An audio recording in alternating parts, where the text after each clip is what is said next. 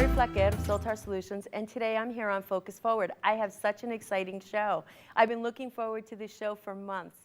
It was very hard to book this guest as he's always globe-trotting, teaching companies how to improve their sales force.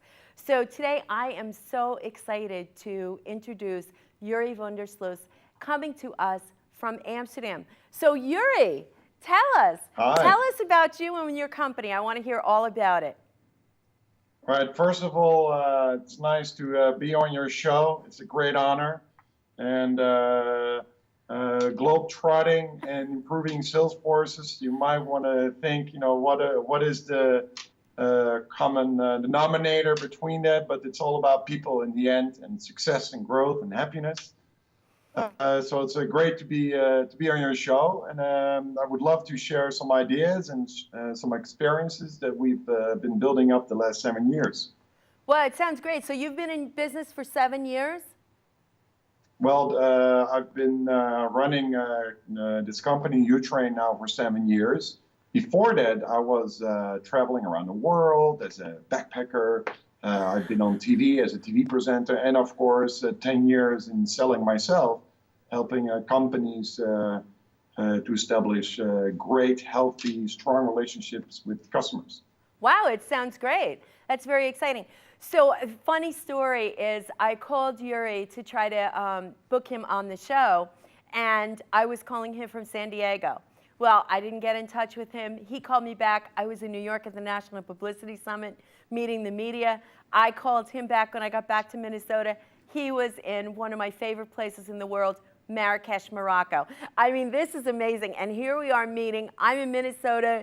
You're in Amsterdam right now. So Yuri, I want to ask you one question, because one of the things that's the most interesting about your whole philosophy is that you have, I think, a really simple philosophy to your sales. So when I read about you and about your company, I was really surprised to hear one thing keep coming up, and that was ethics. So why don't you tell me about ethics in sales? I'm not sure if how it is in the States, but in many countries where I am, if you talk about sales, immediately there is a dirty edge to it. That somehow sales and trust, sales and sustainability, sales and profit is more for the salesperson, him or herself. And I don't know exactly how it is in the States, but in Europe and in many countries that I come, there is a huge gap between trust and the sales professional. And for me, it's obvious, but I think this message should be out there, should be conveyed, that if you put ethics and value and seeing how you can improve other people's lives by using a product or a service or a company and sales, that they can actually, they should be married to one another as opposed to be opposites. It's not, I am profitable at your expense and I will grow my company at the expense of my customers, but it should be the other way around, because I help my customers grow. That actually is building my company, because I'm important, employees are important, my products are important, but my customers are the most important. They are my oxygen, so to speak. Oh, that's great. That's wonderful. No, sales has a negative connotation here in the United States as well. Another thing is a lot of people feel that when you say you're in sales, they ask, well, what are you going to do in the future? What do you really do? What do you really want to do? Almost like sales is a last stop, like they think of everyone as, dishonest, maybe just out for, to get a quick win or to make a quick buck. But it's really interesting, because what you're talking about is really the philosophy that I use for my company. When I work with a client, if it's not a win-win, it's not going to work. So everybody has to benefit. And what I find when you use that philosophy, you have repeat customers over and over. People trust you, they like you, and they want to do business with you. So, and price is not the deciding factor, which is another thing that's extremely important. It rarely is. In fact, if you are in a price discussion, there's only one thing. In the majority of those situations, you probably haven't added enough value because it's only about price and cost if the value has not been clear. But whose fault Exactly. is it if value has not been clear? I think it's up to the sales professional to see and look and convey and communicate and also explore where that value is. And there is a business case in that own right. But I want to come back to what you said earlier about making a quick buck and that sales is almost a detour to happiness. That you're in sales, but in the meantime, yeah, exactly. And in the meantime, you're dreaming of being in a Hawaii or maybe to Marrakesh, and that Exactly. you're only doing it to make sufficient amount of money. Because if you have enough, then you probably want to do something else. But you know what? Whatever you do, in nonprofit organization, or you want to improve the world, or if you want to pick up that hobby, you always have to be in selling in some form or in some way, because you have to establish relationships. So my advice is, if you're in sales, like Eckhart Tolle, you have to be in the now and at least try to find purpose in what you do on a daily basis. And you probably have heard of Daniel Pink with Drive, or Simon Sinek with the Power of Why. And I think that's extremely important and also interesting for sales professionals, that they look beyond signing contracts or transactions, but really look into themselves. What product or service do I believe in? And am I convinced if this is my daily work, I believe I'm actually helping others. And through value and an ethical standpoint, there's so much more quality and growth that you can create for both yourself, the customer, or any future that you see ahead of you. All right, well, this is fabulous stuff, but I really want to get down to the nitty gritty. You mentioned communication, you mentioned how you communicate. You know, a while ago you said, if we're talking about price, if we're in a price conversation, obviously the salesperson hasn't communicated value clearly. So how do you communicate value clearly? How do you do that? That's a very, very good question, and I'll try to put it in a very short answer. First of all, people talk about elevator pitching and saying how great you are. But if I tell you I'm funny, then you're probably the last person to laugh. You think I'm everything but funny. So instead of trying to be funny or say that you're funny or you're great or consistent or customer oriented, you don't have to say it, you have to show it. Because if I make a joke, then you might think, if it's a good one, you think I'm funny. So if you communicate value, best way to communicate value is not to actually tell the benefits or say what the product does for another person, because then it's my perception. So you have to turn it around. And this sounds maybe a little bit abstract, but if you turn it around and if you ask the right questions, if you analyze the problem, if you take enough time, enough attention to speak to the customer or the prospect, to understand their issues, challenges, and to then jointly think how your product or service can help them, then the value is obvious. It's clear, it's right there on the table. But if I tell you how great my product is or my service and everything that I've done for other customers, then it's up to that particular customer to think, okay, how can I use this product or service? And they have to do the homework. But I say, no, it's not up to the customer to do the homework. It's up to the sales professional or the entrepreneur to do the homework. And your product or service is always a means to another end. If you're too lazy, or if you don't know that you have to find that end, then you can jointly look at your means and jointly discover the value. So it sounds easy, but if I go to network events or if I look at sales professionals, it's all about me, me, me. I've done this, I'm great at this, and please hire me or buy my product. But how do you know if you don't know the customer if your product actually adds value? It's the same as a doctor. I have great medicine. I got the best medicine in the world. Try it. It fails, and you'll like it. You know, if a doctor would approach you like that, you think he's a moron. He isn't done any diagnosis. He hasn't asked any questions. So how is he sure that this pill will work for me? So if you're a sales professional or entrepreneur, be like a doctor. See how you can help first. So then you can prescribe the right medicine. Okay, so fabulous answer, but I have another question. How long does this take to prepare for a sales presentation? Because you obviously have to do research prior to going into that company, am I right? Yeah, exactly. Okay, and then when you're in there, go ahead. Sorry, go ahead. No, finish your question, that's fine. And then when you're in there, it sounds like what you're doing is you're asking a lot of questions to get answers, more information about what their problem or challenge actually is. And then what you're doing is then you're coming back, figuring out how your product could work in that for the solution. Is this it? Yeah. Okay, how long does this take? I mean, that's, sorry? How long does this take?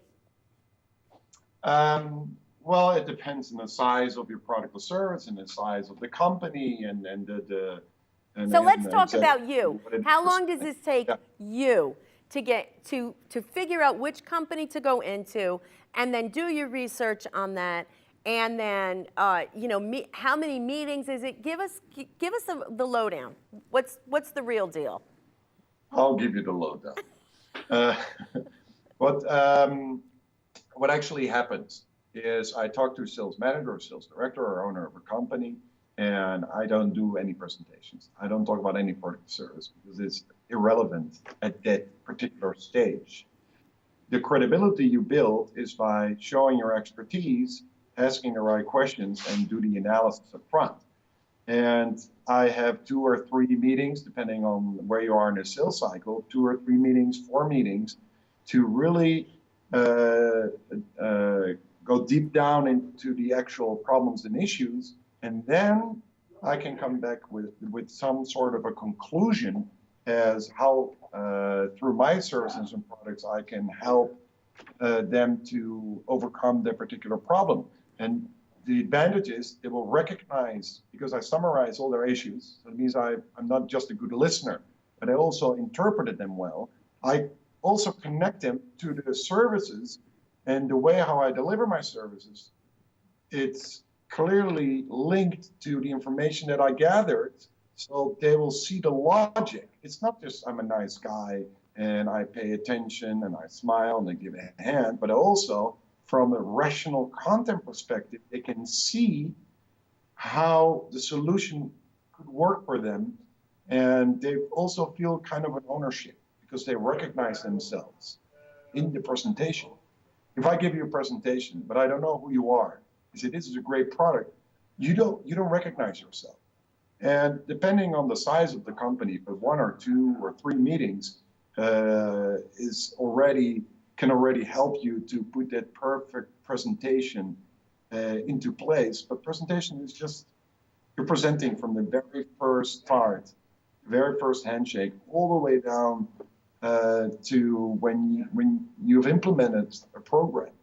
And these are all contact moments. You're always presenting in some form or manner.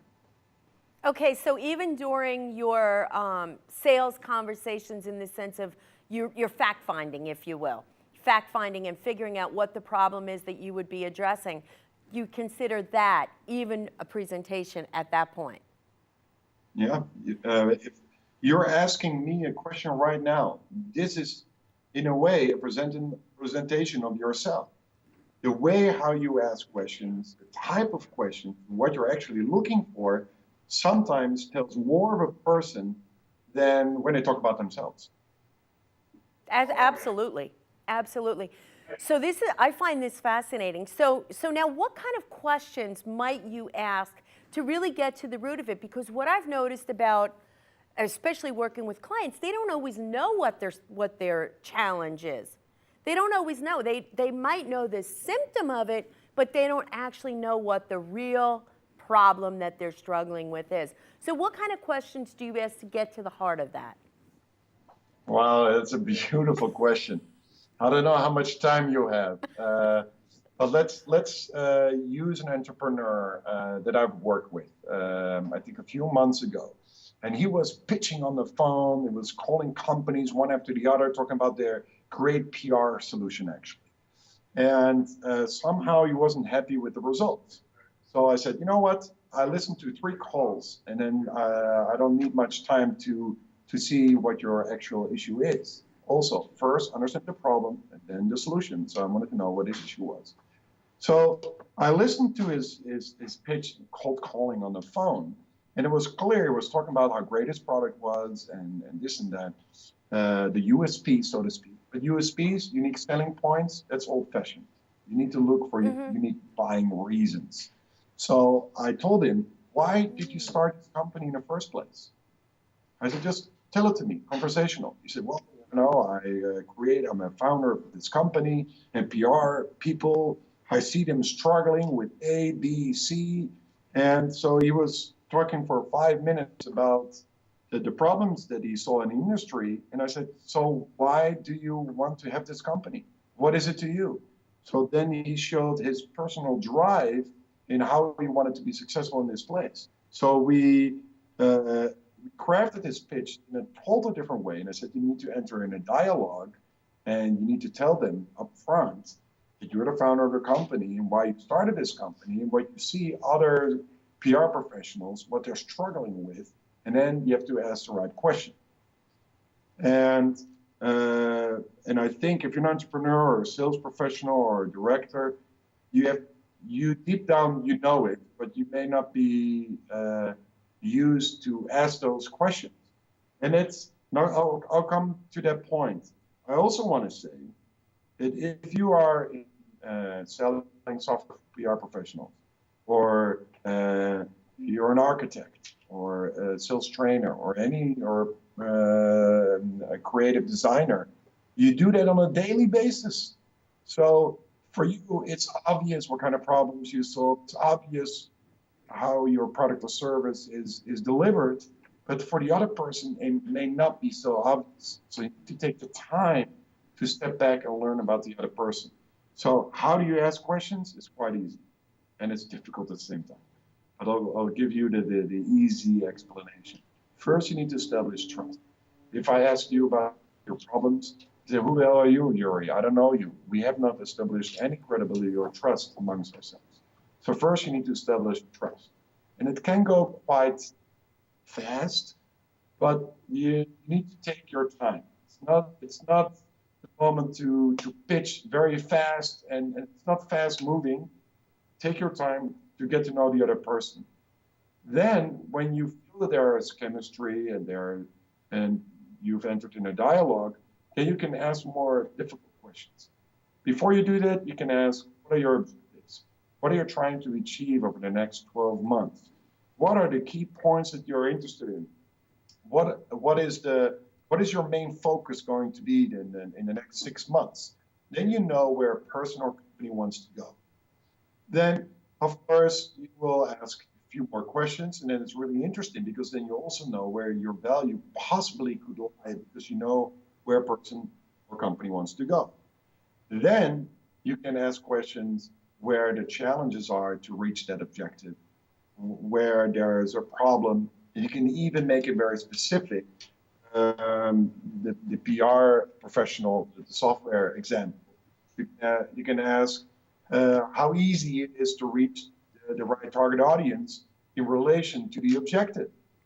And then you enter into an area where there's potential value. When you've established that, you know the impact, you know also what the person or company, what it costs them in terms of time or resource or money, then it's important to understand if that problem has been solved, what could it result into? What are the benefits that are gained? If you wouldn't have that problem or that issue, what could you do with that if the problem is gone?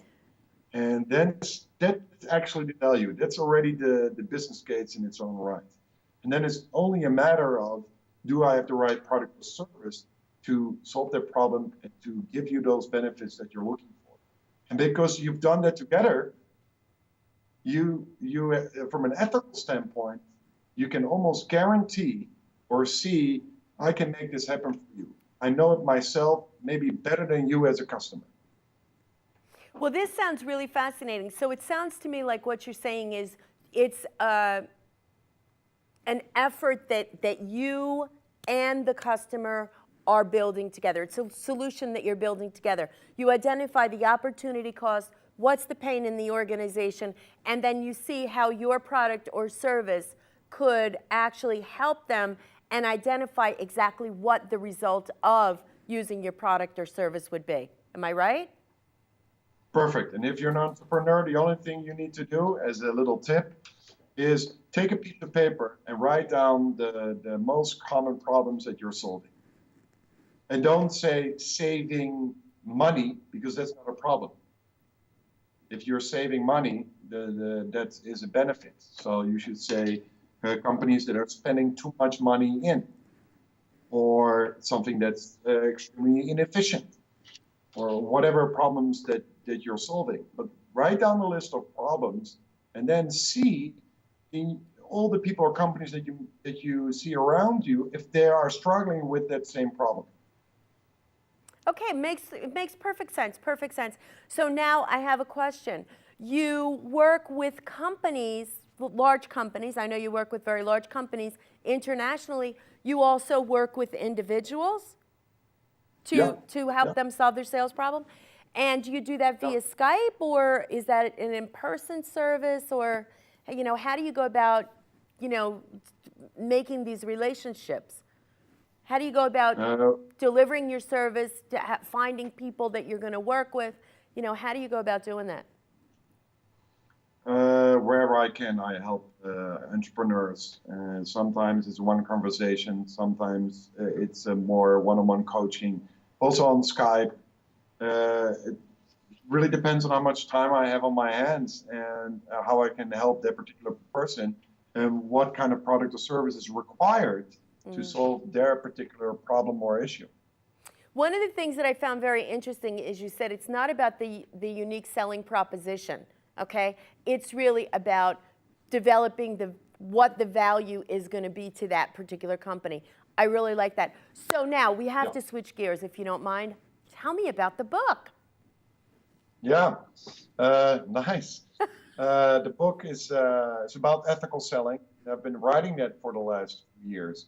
But I haven't published it yet because I think it's incomplete.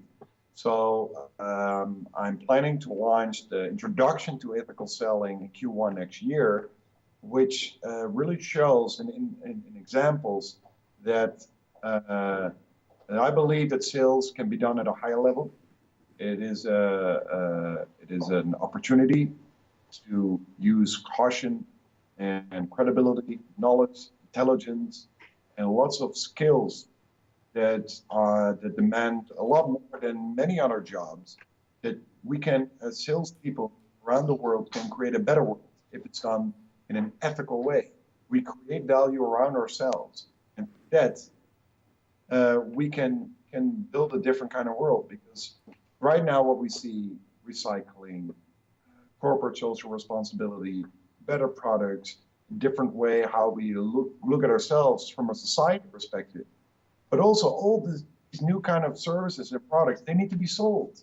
So you cannot use a dirty sales approach if you're working on all these types of products and services that actually create a better society. And ethical selling is basically a combination of a lot of best practices. I've been trained now together with my colleague trainers, more than 200 companies throughout Europe and some other parts of the world, and more than 10,000 sales professionals. And you collecting all the best practices together to help a company that wants to adopt ethical selling to sell value, as opposed to have a money issue myself. I don't make enough money, so where can I find money? And that's a wrong drive. I love profit and I like money, but if you put value first, then it's a whole different ballgame.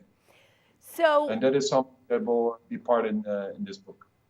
it sounds great. So when we talked during our many conversations, one of the things that you told me was that you were going to be interested in soliciting to entrepreneurs and to sales professionals exactly how they go about ethical selling. So are you still interested in doing that?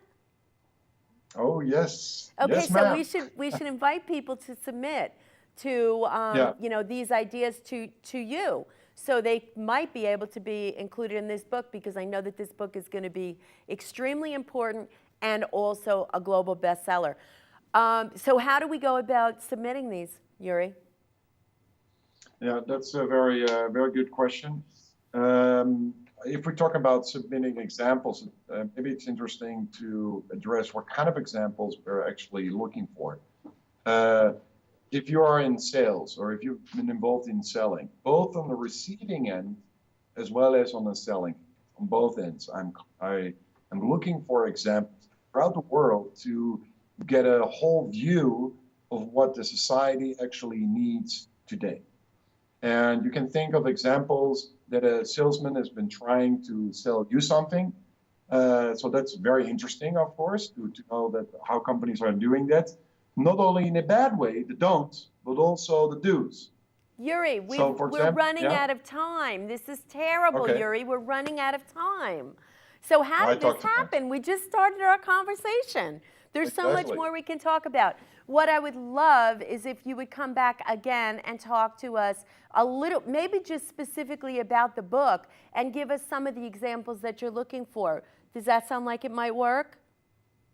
It sounds perfect. I'm looking very much forward to have another show with you. All right, and at a great. time, hopefully the introduction of ethical selling has been published. So we can already show the results of the first incoming messages of viewers. Well, that sounds wonderful. So I'm Lori Fleckett of Soltar Solutions, and I am so happy that you tuned in today to Focus Forward. Tune in again to see what we have for the entrepreneur in you.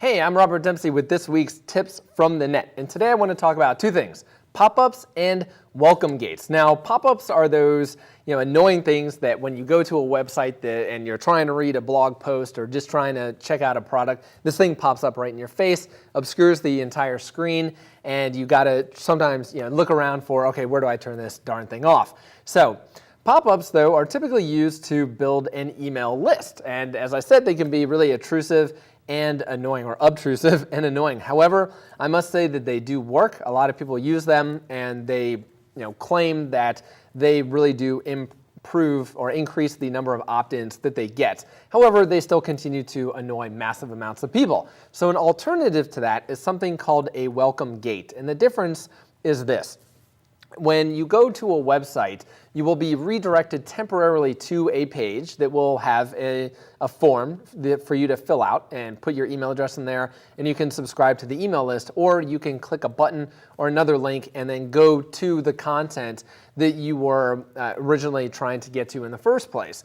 We've seen this on media sites where you first see an advertisement and then you can click a skip this ad and then go see the content that you were looking for. So even though it's still pretty obtrusive, it's not as bad as when someone is reading a piece of content and then boom, this pop-up all of a sudden hits them. But either way, I highly suggest trying out both of them. Now, pop-ups, there's a lot of software on the market out there, pop-up domination and all these kinds of ones. For the welcome gate, though, Clay Collins, a Minnesotan, has a free one called, well, the website is welcomegateapp.com. So get the plugin, give it a try, and let us know how it works for you. I am Robert Dempsey, and this is Tips from the Net. I will see you next time.